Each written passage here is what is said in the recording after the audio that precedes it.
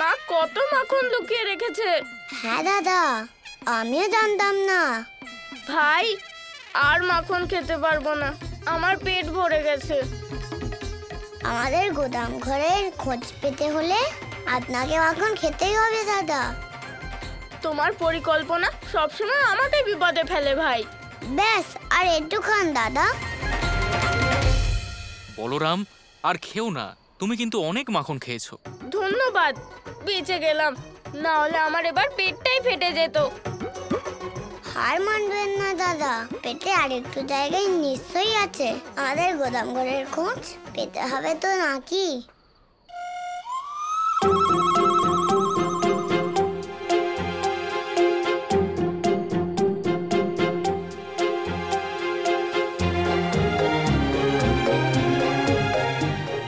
গুদাম ঘরের খোঁজ করতে গিয়ে আমার মাথাটাই ঘুরতে শুরু করলো। না দাদা দাঁড়ান, আর একটু অপেক্ষা করুন।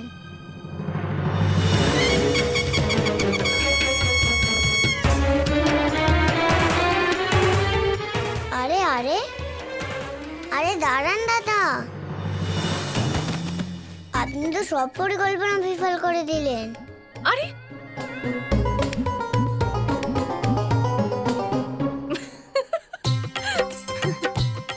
মনে হয় ওর পেট ভরে গেছে।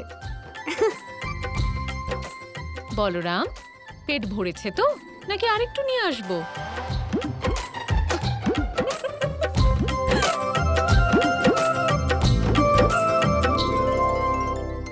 দাদা না ভাই, আর নয়।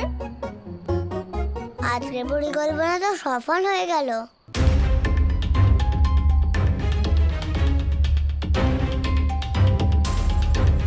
আমাদের প্রধান মশাইকে এখনই জানাতে হবে। হ্যাঁ, তুমি ঠিকই বলছো। তোমরা দুজন এখানেই দাঁড়াও, আমি প্রধান মশাইকে জানিয়ে এক্ষুনি আসছি। হ্যাঁ, ঠিক বলেছো। চলো।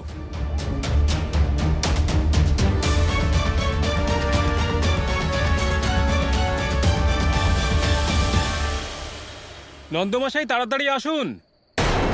কি হয়েছে? নন্দমশাই, গুদাম ঘরে চোর এসে গেছে। কি? চোর? কিন্তু ওখানে তো কংসকে কর দেওয়ার জন্য যে দুধ, মাখন, দই রাখা হয়েছে, এগুলো কেন কেউ চুরি করবে?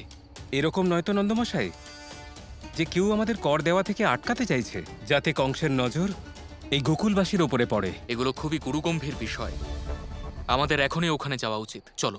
দাঁড়ান আর্য, সাবধানে থাকবেন আর্য, ওই চোরদের কাছে অস্ত্রও থাকতে পারে।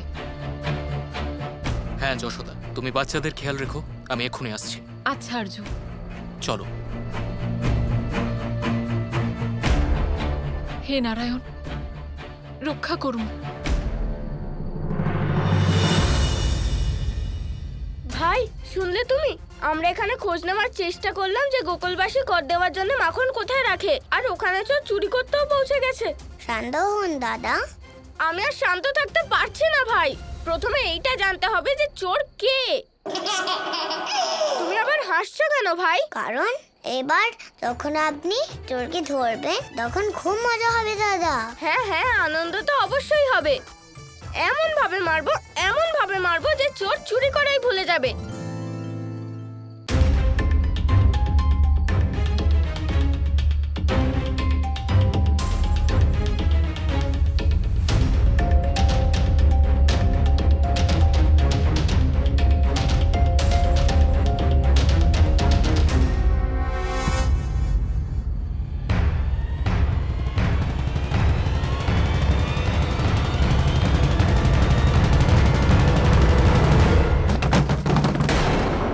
ওদিকে দেখো। এবার আমরা কি করব? চলো আস্তে আস্তে সামনের দিকে যাই, ওখানেই লুকিয়ে পড়বো। ওখান থেকে বেরোনোর পথ পেতে পারি।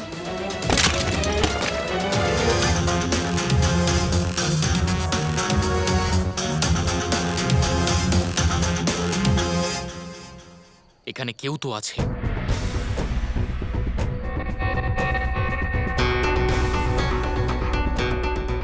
আমি বলছিলাম যে ওখান দিয়ে বেরোনোর পথ দেখতে পাচ্ছি। আমি যখনই বলবো পালাও, তখন এমন করে দৌড়াবে যেন আমাদের ভূত তাড়া করেছে। চলো এবার পালাই।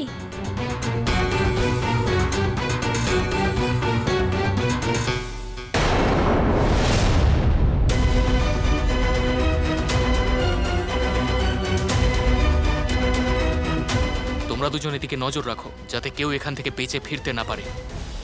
আরে এখানে তো পাহাড়দার দাঁড়িয়ে, এইবার তো আমাদের নারায়ণই বাঁচাতে পারে। হে নারায়ণ, আমাদের রক্ষা করুন।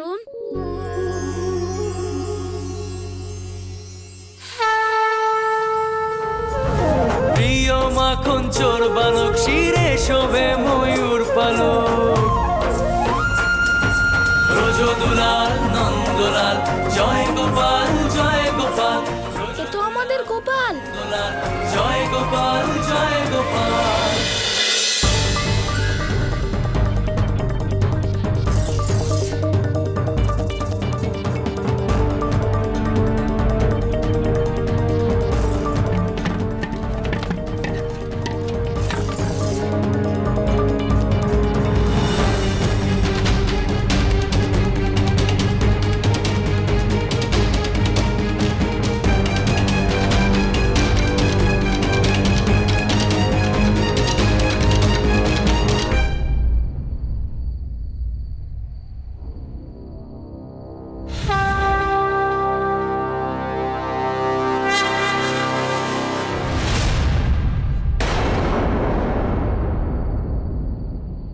আমার মনে হলো যেন এইখানে কেউ ছিল।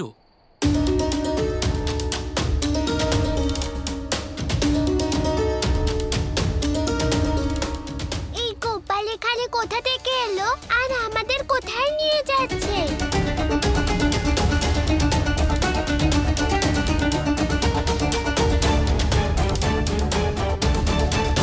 এটা একটা ছোট রাস্তা, এটা দিয়ে আমরা বাড়ি পৌঁছে যাব।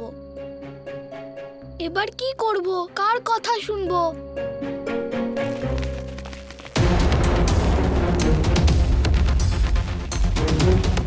আরে আমি বলছি, এদিক দিয়ে এসো। গোপাল কি বলছে? আমাদের এত দূর গোপালই এনেছে, এরপরেও ওই আমাদের রাস্তা দেখাবে। বৃন্দা খুব বুদ্ধিমতী, আমরা গোপালের সাথেই যাব। এটাই ঠিক হবে।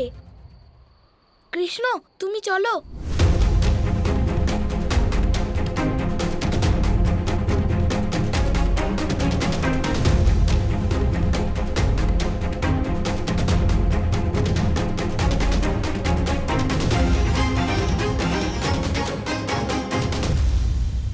চলো বাড়িতে চলো, চলো ভাই চলো।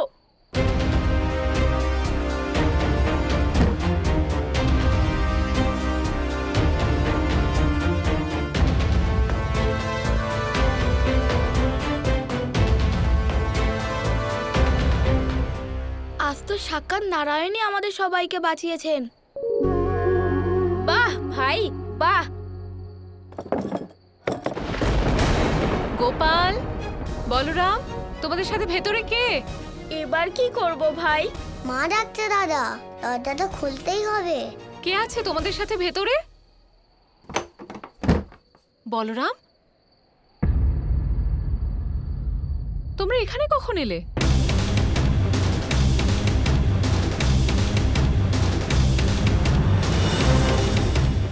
ভাই এবার আমরা ধরা পড়ে গেছি, এবার কি করব?